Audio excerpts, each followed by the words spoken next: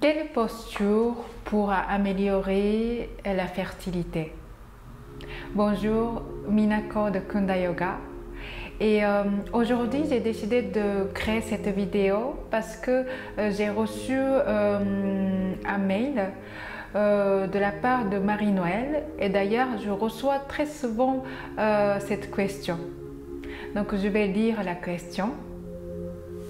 Est-ce que tu aurais déjà proposé un programme pour améliorer la fertilité? Si cela n'est pas le cas, je pense que cela intéresserait beaucoup de femmes qui, comme moi, ont des désirs d'avoir un enfant. Quelle posture conseilles-tu pour dynamiser et ou améliorer la fertilité? Par avance, je t'en remercie. Je te remercie infiniment Marie-Noël pour cette question parce que qui représente la voix de beaucoup de femmes. Avant de pratiquer ensemble la séance de Kunda Yoga, je vous invite à vous abonner sur ma chaîne YouTube pour être sûr de recevoir toutes les prochaines vidéos.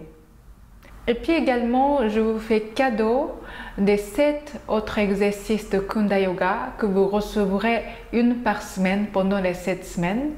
Et pour cela, il suffit de cliquer le lien qui apparaît juste en dessous de cette vidéo dans le descriptif et de vous inscrire. Comme ça, je vous envoie de suite le premier exercice dans votre boîte email. Avant de rentrer le vif du sujet, j'ai juste une réflexion à mener pour nous aujourd'hui. Un jour, je discutais avec ma grand-mère. Ma grand-mère, à l'époque, qu'elle avait 85 ans. Aujourd'hui, elle a presque 90 ans. Et quelque chose qui m'a beaucoup surpris et en même temps un peu choqué. On parlait de ma mère et puis notre enfance, moi et mon frère, et puis la vie familiale avec mon père. Et puis à un moment, ma grand-mère, elle a dit comme ça. Mais oui, mais tu sais, Minako, ta maman, finalement comme moi, pour nous, l'enfant, c'était pas tellement notre truc, finalement. Et là, j'étais très surprise parce que ma grand-mère, elle a eu 3 enfants et puis ma mère, elle en a eu 2, moi et mon frère. Au début, ce commentaire de ma grand-mère m'a tellement surpris et puis après, pendant longtemps, j'avais du mal à vraiment comprendre un petit peu le sens. Et aussi peut-être au moins d'accepter l'idée que finalement ma grand-mère, selon elle, pour elle et ni pour ma mère, d'avoir des enfants, c'était pas tellement leur truc. Et là, c'est que tout récemment que je commence à vraiment petit à petit accepter cette idée. Et puis cet questionnement m'a amené même plus loin dans le réflexe sur la liberté de choix des femmes sur l'enfantement. Alors, quand ma grand-mère m'a dit ça, j'ai dit « Ah bon? Mais alors pourquoi tu as fait des enfants ?» Et ma grand-mère m'a répondu « Eh bien, tu sais quoi? Parce qu'à l'époque, en tant que femme, il n'y avait pas beaucoup de choix. C'est vrai que le standard, c'était vraiment se marier, puis faire des enfants, et puis élever les enfants. » Ma grand-mère, elle avait fini son étude de pharmacologie, et puis elle était prête à ouvrir son pharmacie. Elle a déjà visité, et puis elle a même passé le contrat de local commercial, local de pharmacie, et puis elle avait juste à réceptionner la clé. Et c'est à ce moment-là que mon grand-père, qu'elle a rencontré, qui a dit à ma grand-mère, mais écoute, moi j'aimerais bien que tu restes à la maison Et donc finalement, son choix, c'était de ne pas ouvrir sa pharmacie. Et puis, comme toute sa famille attend, comme tout le monde pense que c'est le standard, que c'est ce qu'il faut faire, elle s'est mariée et elle a fait des enfants et elle les a élevés. À l'époque, c'est vrai que je ne sais pas si c'était le cas en France, en Europe ou même au Canada, là où vous regardez cette vidéo. Mais au Japon, même aujourd'hui, il y a un petit peu de ça. C'est que la femme qui se marie et puis entre autres qui se met en couple et qui ne fait pas d'enfants, c'est une femme inutile. Je trouve que cette idée est tellement limitée par rapport à qui nous sommes, la grandeur de qui nous sommes, et puis toutes les possibilités qu'on a aujourd'hui, et puis aussi que chaque personne avait comme une vocation de l'âme lorsque on incarne ce corps, et puis notre projet n'est pas forcément avoir d'enfants. Et d'un autre côté, cette idée est tellement ancrée qu'on se sent souvent comme si il y a des pièces manquantes quand on n'arrive pas à avoir d'enfants, ou bien on se sent incomplet en tant que femme. Et ça me touche beaucoup parce que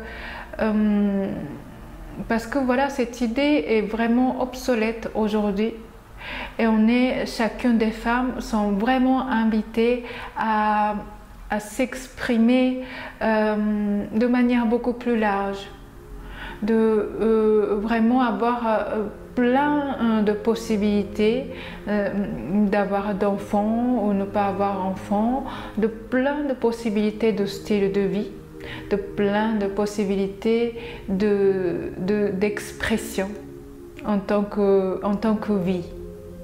Voilà, alors maintenant, c'est sûr que la pratique de yoga dynamise la fertilité, ça favorise la circulation sanguine dans tout le corps et aussi sur certaines postures, sur les appareils génitaux.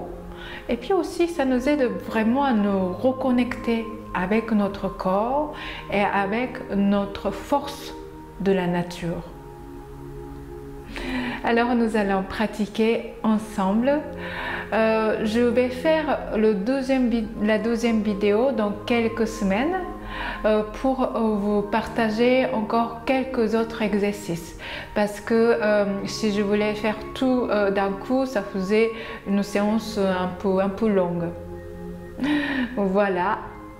Alors, mettons-nous sur le tapis.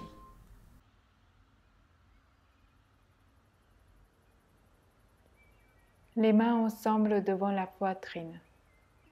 Posons l'intention que cette pratique va stimuler et cultiver l'énergie de vie en nous, l'énergie des ovaires, ainsi favorise l'environnement interne pour accueillir une nouvelle vie en moi.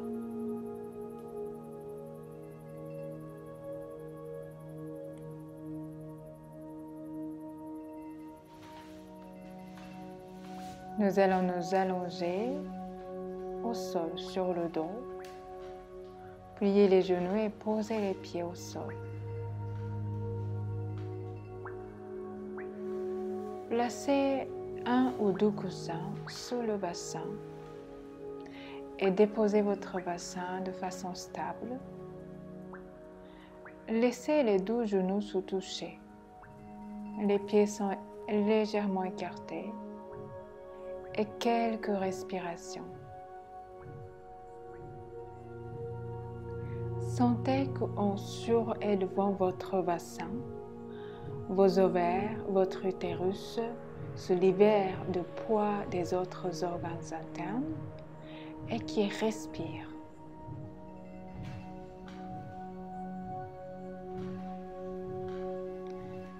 Maintenant, levez les deux jambes. Les genoux sont déverrouillés.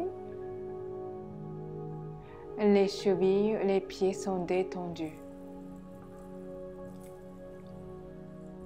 Si vous avez l'habitude de pratiquer la posture inversée, alors vous pouvez également, comme dans la petite image en haut à droite, vous soulevez votre bassin et venir soutenir vos hanches avec les deux mains.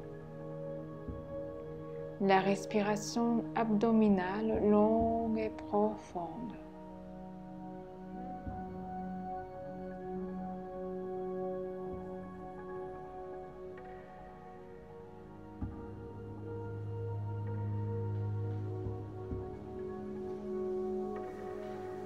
Maintenant, nous allons poser les jambes et retirer le coussin.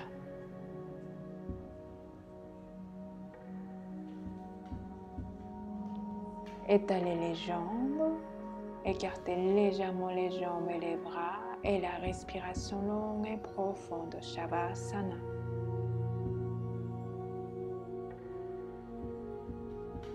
Pliez les genoux. Posez les pieds au sol. Les pieds sont à la largeur de votre bassin. À l'expiration, soulevez votre bassin. Entrecroisez les doigts et serrez les coudes. Poussez bien sur vos pieds afin que vos pieds portent votre poids du corps. Attention de ne pas laisser tourner vos pieds vers l'extérieur. Poussez bien également vers l'intérieur de vos pieds, puis tous les orteils. Imaginez que vous inspirez l'énergie, la puissance de la terre, et puis cette énergie monte à travers les jambes et vient nourrir vos ovaires. À l'expiration, déposez toutes les formes des attentes de votre entourage et vos propres attentes et toutes les formes de pression sur soi et des pressions de votre entourage. Inspirez une nouvelle énergie à vos ovaires et régénérez. À l'expiration, allégez tout ce qui pèse lourd à vos ovaires, les émotions, les attentes.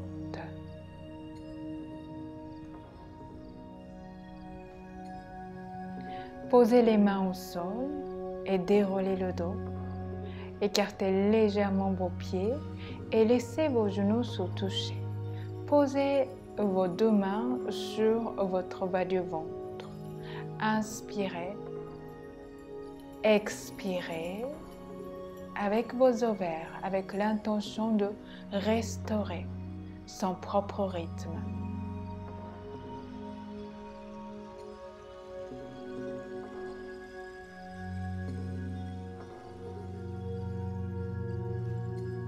Joignez les jambes et tournez-vous sur le côté. Nous allons venir nous asseoir. Les jambes sont étalées, à plat au sol et légèrement écartées, à la largeur de votre tapis. Si vous avez votre dos qui s'arrondit, n'hésitez pas à placer une ou deux coussins sur votre bassin. Crochetez les pouces et levez les bras et tirez-vous vers le haut. Et allez-y vers devant et attrapez soit vos pieds ou vos chevilles. Vous pouvez également crocheter les index et les majeurs sur votre gros orteil. Et à ce moment-là, placez les pouces à la tête des gros orteils. La respiration dynamique, inspirez. Et expirez, inspirez rapidement. Expire en contractant le ventre et inspire en relâchant le ventre.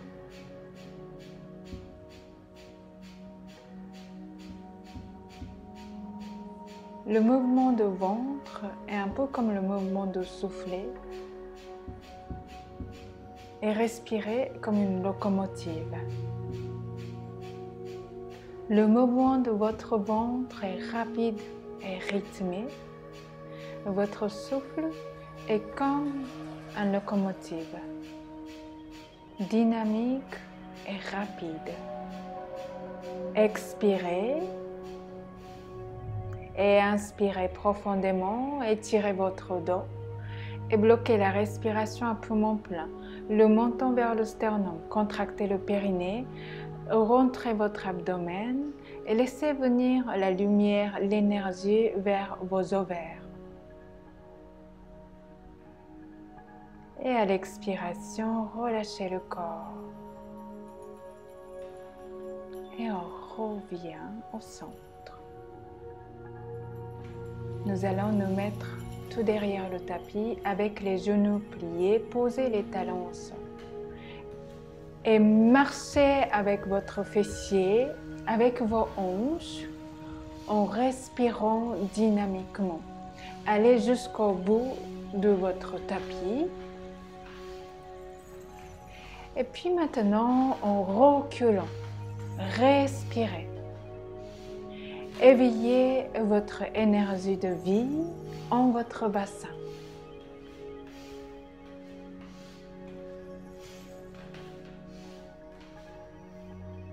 On fait notre aller-retour, avancez.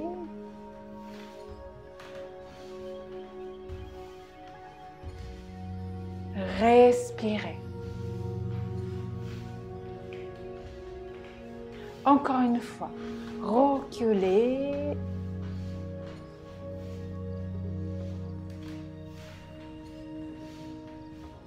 Jusqu'à position de départ.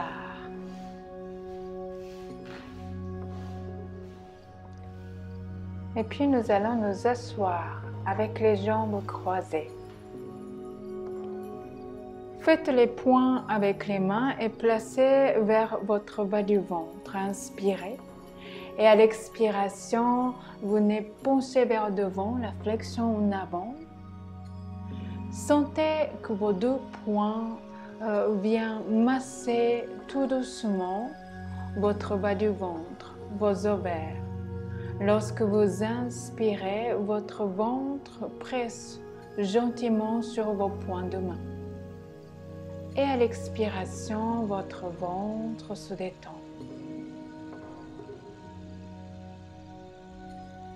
La respiration longue et abdominale.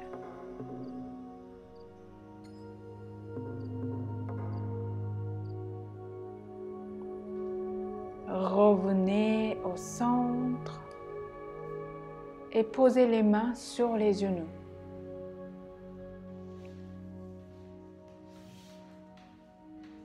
Placez les coussins sur votre bassin pour surélever votre bassin pour être confortable en position assise.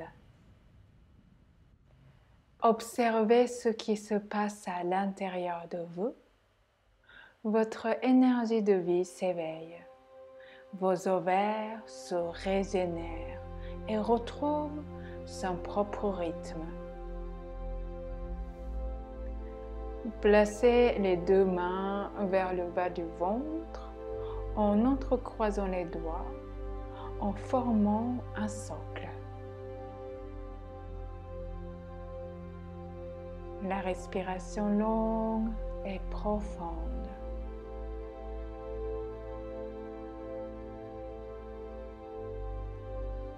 Amenez votre attention vers votre ovaire droite. Observez sa couleur, la texture. Observez si votre ovaire respire, qu'il y a comme un mouvement de respiration.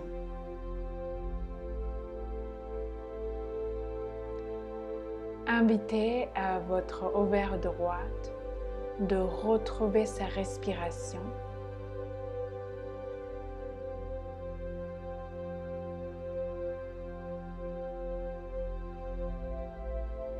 Et puis, maintenant, allez regarder vers votre ovaire gauche.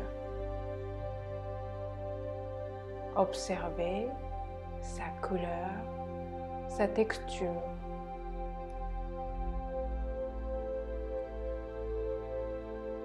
Observez si votre ovaire de côté gauche respire avec vous.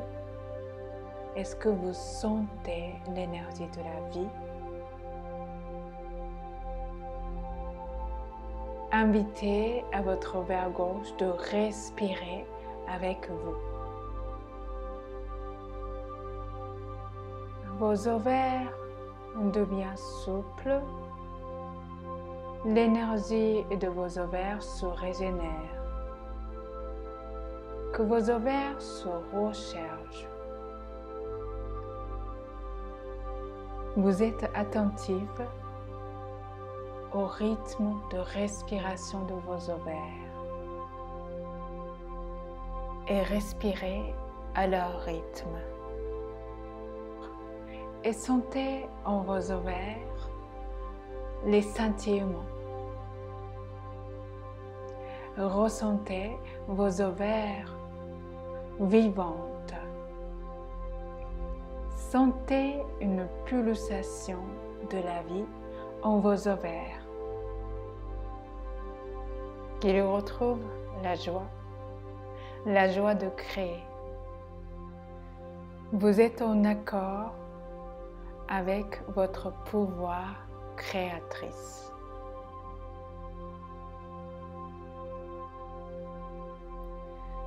Posez les deux mains sur votre ventre et éveillez en vous le sentiment profond d'amitié envers votre corps de femme.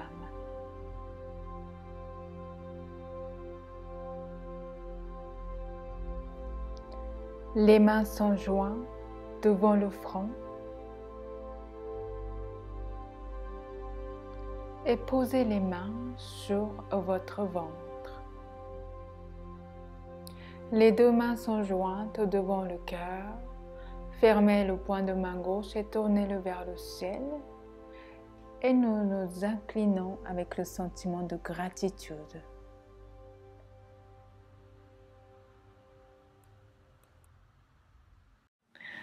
C'était comment pour vous? Si vous avez apprécié cette pratique, alors n'hésitez pas à partager à vos copines, à vos amis, à votre famille qui apprécieraient cette façon de pratiquer. Vous pouvez également vous inscrire pour recevoir les 7 autres exercices de Kunda Yoga. Et merci infiniment. Si vous pouvez mettre un petit like si vous avez apprécié cette pratique, parce que ça va m'aider à partager cette vidéo et être diffusée avec plus grand nombre de personnes.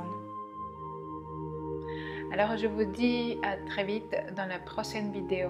Et puis donc je ferai la deuxième vidéo sur l'exercice qui dynamise la fertilité. Au revoir.